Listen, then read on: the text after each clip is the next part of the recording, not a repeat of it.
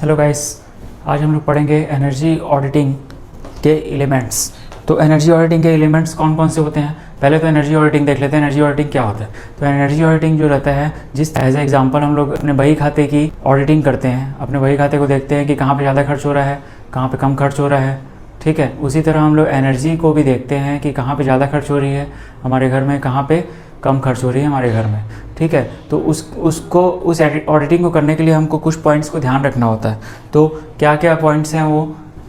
Electrical auditing, energy auditing करने के, recommissioning opportunity, peak shaving, electric motor and their control, HVAC equipment, lighting retrofits and power factor correction.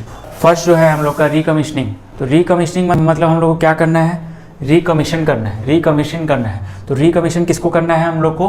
Motor हो या generator हो या हमारा load हो फैन, उसको हम लोग को क्या करना है? रिकमीशन करना है। मतलब वहाँ पे हम लोग को देखना है फैन में कि जैसे ब्लेड है, अंदर की बेरिंग है, तो ये सब चीज़ को देखना है वो सही तरीके से काम कर रही है कि नहीं कर रही है।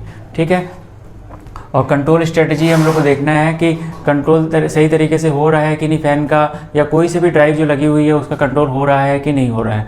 ये सब हम लोग को फैक्ट्री में देखना है और अपने घर में भी देख सकते हैं। जैसे कि कुछ इक्विपमेंट हम लोग के छोटे रहते हैं, जैसे फ़ैन होता है और मोटर्स होती है। तो मोटर सही तरीके से, कभी कभी क्या होता है कि मोटर सही तरीके से काम नहीं कर रही होती है और हम लोग उसको अवॉइड करते जाते हैं।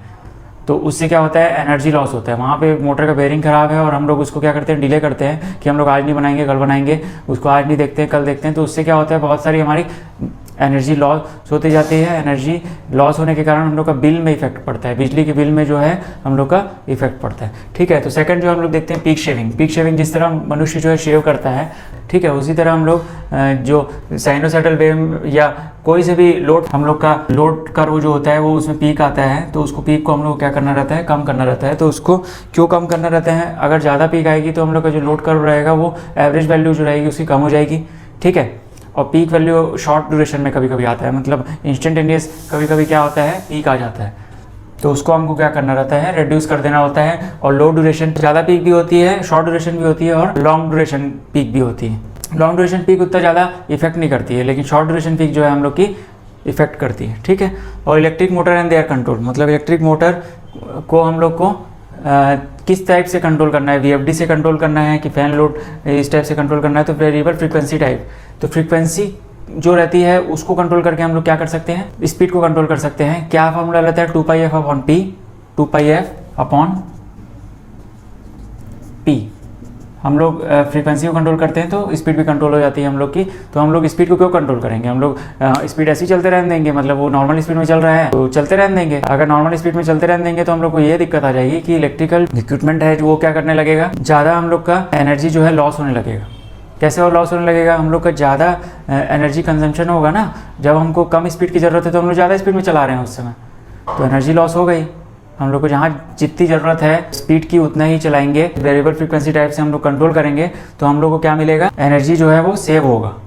ठीक है, उसी तरह HVAC equipment, high voltage AC equipment में हम लोग कैसे एनर्जी सेव कर सकते हैं? जैसे कि एयर कंडीशनर हम लोग का लगा हुआ है। एयर कंडीशन कहाँ पे लगता है? जहाँ बहुत ज़्यादा गर्मी रहती है या ह्यूमिडिटी रहती है तो हम लोग एयर कंडीशनर लगाते हैं। तो एयर कंडीशनर को भी हम लोग चेक करना चाहिए। हम लोग को कभी कभी उसको देखना चाहिए कि उसमें ज़्यादा गंदगी तो नहीं आ गई है, उसका कुछ फ़ैन तो ख़राब नहीं हो गया है, तो या उसका कंडेंसर तो ख़राब नहीं हो गया है।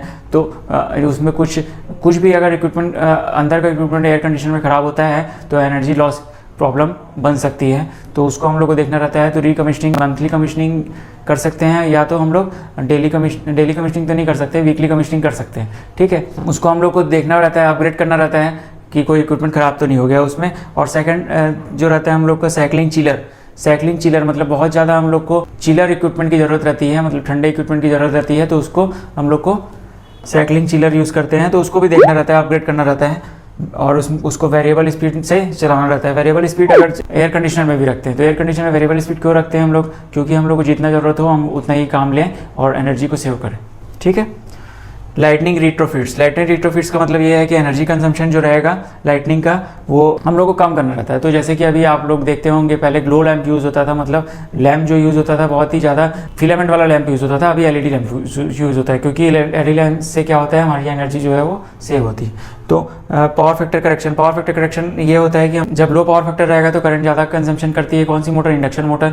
तो हम लोग को उसको पावर फैक्टर जो है वो कंट्रोल करना रहता है, जिससे कि हम लोग का करंट जो है वो कम कंजम्पशन हो पाए और हम लोग एनर्जी को अच्छे से सेव कर पाएँ।